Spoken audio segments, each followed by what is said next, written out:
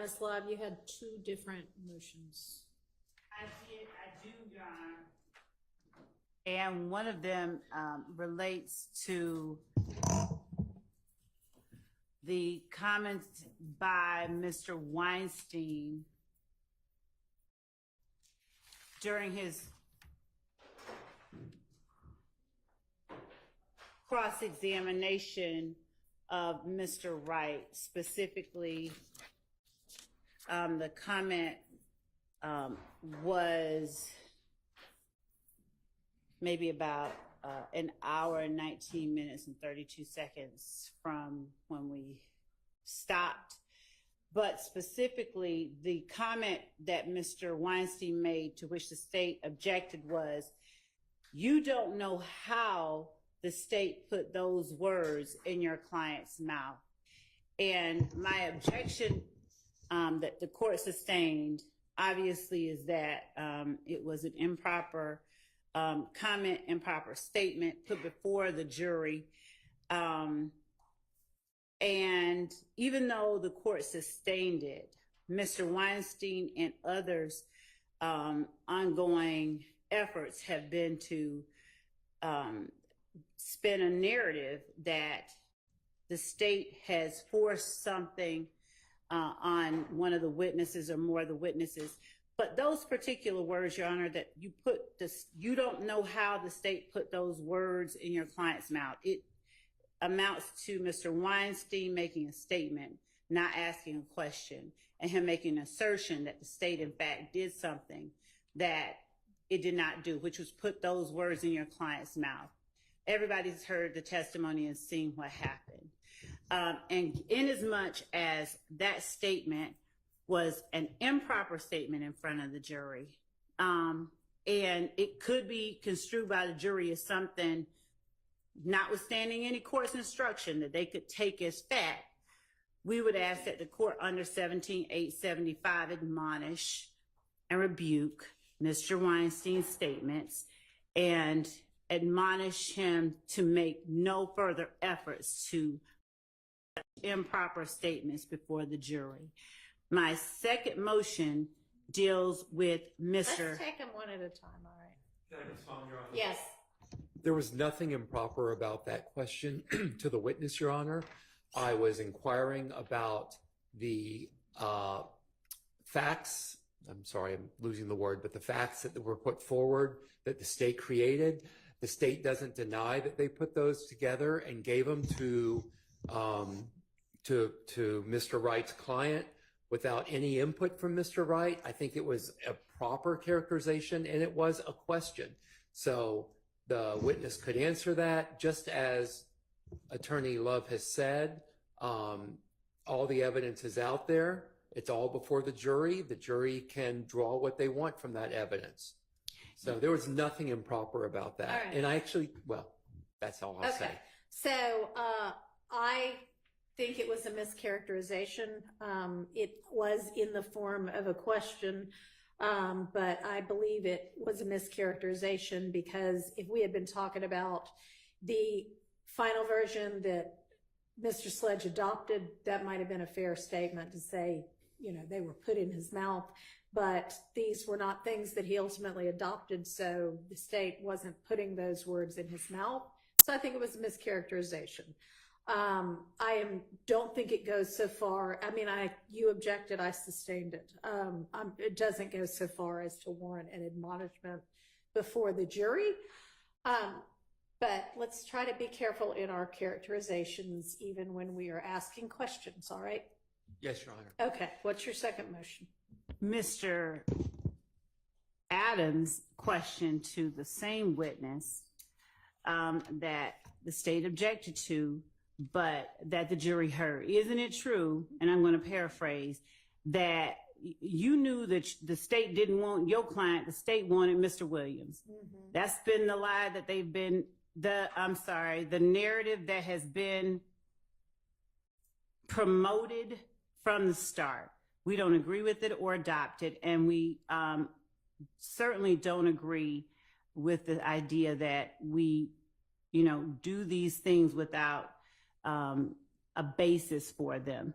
So in as much as Mr. Adams made that assertion in front of the jury, we do believe that that merits an admonishment and rebuke under 17-875, and we would ask that the court give him one. All right, and yeah, that statement was essentially, it followed upon another question that was not as objectionable in this way, but that had been sustained. And Mr. Adams, she pretty much doubled down on it and said something to the effect of the state wasn't interested in getting Sledge, they were interested in getting Williams. And that's inappropriate to have asked that witness, and I don't know why you thought that there was any basis for that being an appropriate question, because it would call for speculation anyway. So what's your response to the state's request that you be admonished with regard to that? Your Honor, it was not a question it was a question that I believed was an appropriate question given the context of both this witness's testimony and his client's testimony previously. What we'd heard in the narrative that has been put forth, and quite frankly, I believe the evidence has been that the state has been mostly interested in Mr. Williams as a defendant as opposed to the co-defendants, particularly as regards this witness and Mr. Sledge. What has come out and what's been of importance is this meeting that they had on June the 9th, where this statement is made that is beneficial to Mr. Williams. The part about him advising Mr. Copeland or Mr. Sledge to take Mr. Copeland to the police. And that's left out of any questioning of Mr. Sledge. He is asked, or he is, however it comes out. There's no discussion about that. We're not going to ask you about that, whatever portion of it you choose to believe. And so there is this narrative that's out there that they appear to be interested in Mr. Williams, not so much in the co-defendants. And the fact that all of the co-defendants who took pleas were asked, made, or signed plea agreements where the bulk of the plea agreements, and the jury has heard at least 3 of them previously, the bulk of the plea agreements make specific reference to Mr. Williams as the head of YSL. Mr. Williams did this. There is this narrative out there that and everyone has gotten probation. All of the people that the jury has heard from has gotten probation after they were denied bond, and the state took a harsh position that they didn't need to be out on the street. But the minute they entered pleas, they implicated Mr. Williams in some form or fashion in their plea agreements, then they were released. And so that narrative is out there, and I think that was an appropriate question to ask of this witness who has some knowledge of that. How does this witness have any knowledge of the state's desires about who they most want to get with regard to the 19 or so defendants that are indicted in this case? Because he is a defense attorney representing one of the co-defendants who assisted in entering into a plea agreement. He is familiar with the discovery. He made a statement in part of his testimony previously that he knew what the case was about. And he started going down the road of talking about Mr. Williams before there was an objection made, and the objection was sustained. And so he does have knowledge of that. He knows about the case. He knows that Mr. Williams is alleged in this indictment and by the state's narrative to be the head of this YSL organization. And he knows that the plea agreements have been to the benefit of the co-defendants who have pled and to the detriment of Mr. Williams. And every other defendant still on trial. Well, but he also knows, I asked him one question about, was he in court when he heard the statement that was made by the prosecutor before the plea, made by the prosecutor. It was Miss Lizzie Rosenwasser at the time, where the statement was made that we're interested in anyone who wants to make a deal except Mr. Williams. We're willing to make a deal. And so he knows this. We're not doing this in the blind. He's aware of this information. I'd like to respond. What's that? Yeah. I don't know of that statement that Mr. Adams is speaking about, except Mr. Williams. If he could point me to something, because I wasn't there when she said it. I wasn't even on the case, but I doubt that she would have said it. But if she did, I mean, I can't speak to that. I'd like to see it since he's made that assertion. But the second thing is, as it relates to his assertions regarding the plea agreement, Mr. Sledge, I believe, or either Mr. Wright or Mr. Sledge were cross-examined specifically on whether or not the state asked Mr. Sledge any questions about Defendant Williams. And Mr. Sledge said no. And the idea that we're pushing the narrative when the state itself, as the record will reflect, elicited the testimony about Mr. Williams encouraging Mr. Sledge to take Kenneth Copeland to the police station, belies this argument that the evidence that has been brought out by the plea agreements and by the state's actions somehow or another support this, in my mind, baseless assertion by Mr. Adams in the form of, or in the disguise of, a question to Mr. Sledge's attorney. There has been, Mr. Sledge's attorney could have been asked whether the state, whether the state asked more questions about one person than another, but actually he was asked and he testified that the question and answer session was more of a kind of get to know you session, and that when Mr. Sledge began talking about Mr. Williams, the state said, the only thing he said about the state is that the state said, that's not the question I asked you. And when he said something about it appeared to be a hot button issue, he later said, there was nothing that you did that made me say that. I just, based on you not asking him about that, I may jump to that conclusion. So putting in front of the witness, one, this assertion about the state's intention, because as if it's the state that's on trial and that the state is doing something that is just wrong. Is it your impression that the state don't really want your client, he wants Mr. Williams? It wasn't an effort to solicit an answer. It was an effort to put an assertion in front of the jury that was improper and that can't be taken back. And that has been the entire... Well, they're going to make that argument. Yeah. Regardless, I'm sure they did in opening and I'm sure they're going to in closing. But I don't believe, Mr. Adams, that there was any kind of a good faith basis to ask that question and to think that was a proper question for this witness to be able to answer. But Ms. Lev, with regard to what you propose is any kind of curative or admonishment, I mean, I don't know what that would be. I would ask that the court admonish Mr. Adams in front of the jury that the statement he made regarding the intentions of the state as they relate to Mr. Sledge and Mr. Williams were improper statements by counsel, that in those types of statements, the jury is to remember they are not evidence, but that Mr. Adams should not have made that statement in front of the jury. Okay. So they weren't statements. It was a question. It was just an improper question.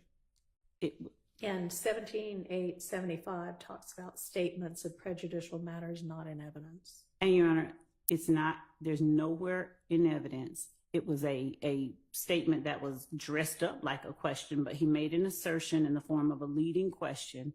Was it your understanding that the state really didn't want your client, he wanted mine?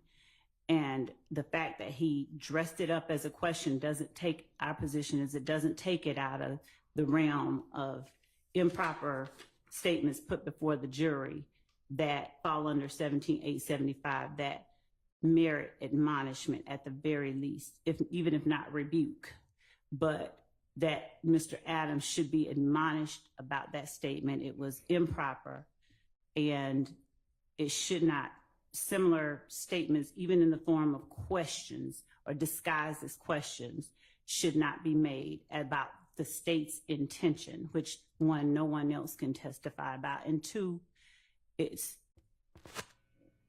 was just wrong to put before the jury, pretending it was a question to this witness. Your Honor, if I may respond briefly. Go ahead. I have this witness on cross-examination.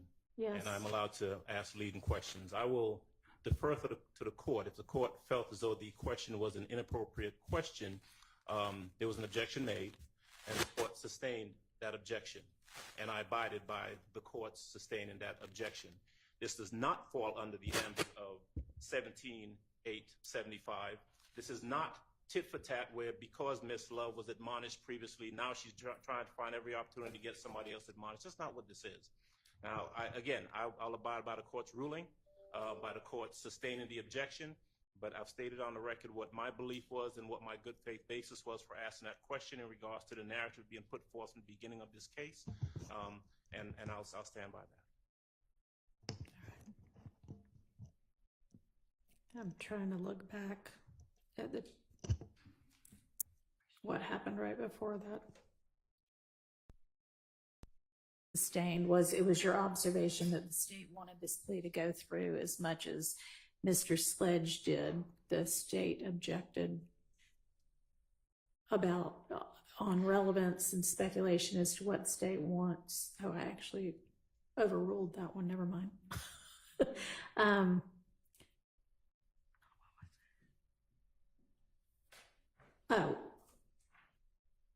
I made it a different kind of ruling, and I said re-ask your question.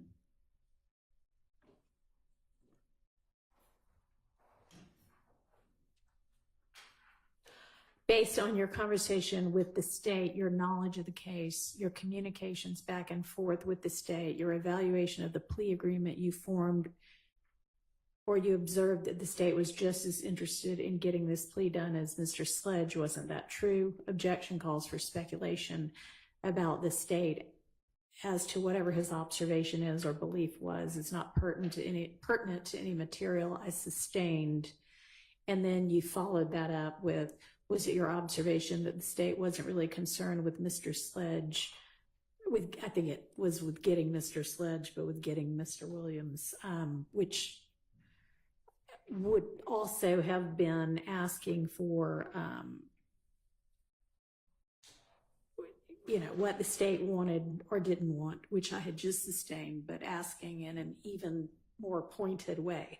So it was inappropriate for you to ask that question. With regard, though, to an admonishment, any instruction I give is just going to highlight it again for the jury. So is that really what you want? Yeah. Why don't I just admonish Mr. Adams privately not to pull anything like that again, or you will get admonished in front of the jury? Would that suffice for now? Yes, it does. Thank you.